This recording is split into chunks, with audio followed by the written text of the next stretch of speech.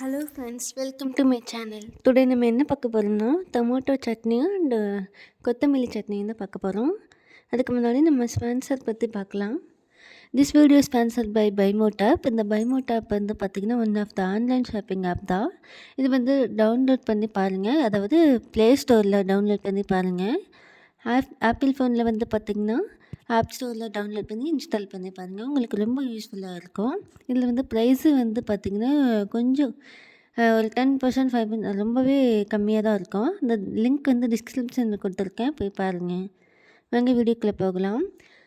First கொத்தமல்லி சட்னிக்கு 1 cup தேங்காய், அதுக்கேற்ற அளவு பொட்டுக்கடல, பூண்டு வந்து ஒரு 4லேருந்து 6 அந்த மாதிரி எடுத்துக்கோங்க, இஞ்சி 2 துண்டு, கொத்தமல்லி ஒரு கையளவு, பச்சை மிளகா ஒரு 4-5 காரத்துக்கு ஏற்ற மாதிரி போட்டுக்கோங்க.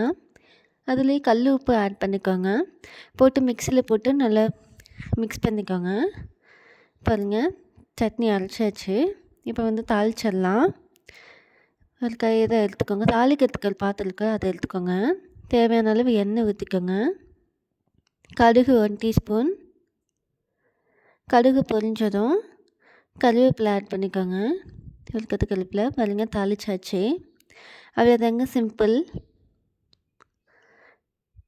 தேவை உப்பு வந்து பத்தலைன்னா அதில் ஆட் பண்ணிக்கோங்க.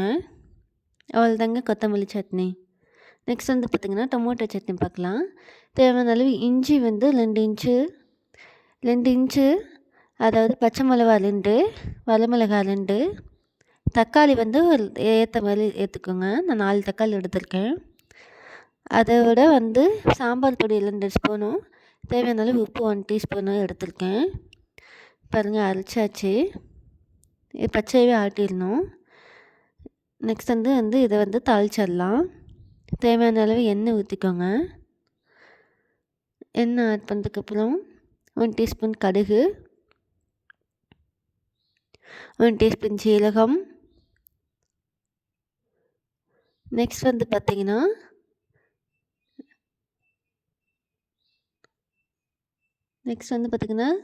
பச்சை மிளகாய், வரமிளகாய் இந்த மாதிரி ஆட் பண்ணிக்கோங்க. ஆட் பண்ணியாச்சு. இஞ்சி நறுக்கி வச்ச இஞ்சி வந்து ஆட் பண்ணியாச்சு. நான் அதில் வந்து உளுந்து தான் ஆட் பண்ணியிருப்பேன், சீரகமும் உளுந்தும் ஸ்டார்டிங்கில். இப்போ வந்து பெருங்காயத்தூள் ஆட் பண்ணியாச்சு. கருவேப்பிலை ஒரு கொத்து ஆட் பண்ணியாச்சு. பெருங்காயத்தூள் ஆட் பண்ணியாச்சு. நெக்ஸ்ட் வந்து நம்ம அரைச்சோம் இல்லையா, நல்லா வதக்கிக்கோங்க. நம்ம அரைச்சி வச்ச மிக்ஸி ஜாரில் அரைச்சி வச்ச தக்காளியை நம்ம இதில் வந்து ஆட் பண்ணிக்கலாம். அதுக்கு முன்னாடி நம்ம மஞ்சள் தூள் இருக்குது, 1/4 டீஸ்பூன் ஆட் பண்ணிக்கலாம். மஞ்சள் தூள் ஆட் பண்ணியாச்சு. இப்போ வந்து அரைச்சி வச்ச தக்காளியை நம்ம ஆட் பண்ணிக்கலாம். பாருங்கள், ஆட் பண்ணியாச்சு.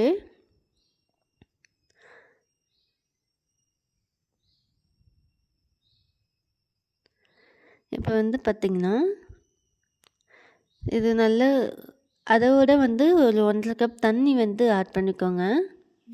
நல்லா சுண்ட வைக்கணும், எண்ணெய் பிரியிற வரைக்கும். அப்போ தான் பச்சை ஸ்மெல் போகும். அவ்வளோதாங்க, ரெடி. இப்போ வந்து தேங்க்யூ. உங்களுக்கு இந்த வீடியோ பிடிச்சிருந்தால் லைக் பண்ணுங்கள், ஷேர் பண்ணுங்கள், சப்ஸ்கிரைப் பண்ணுங்கள். தேங்க்யூ.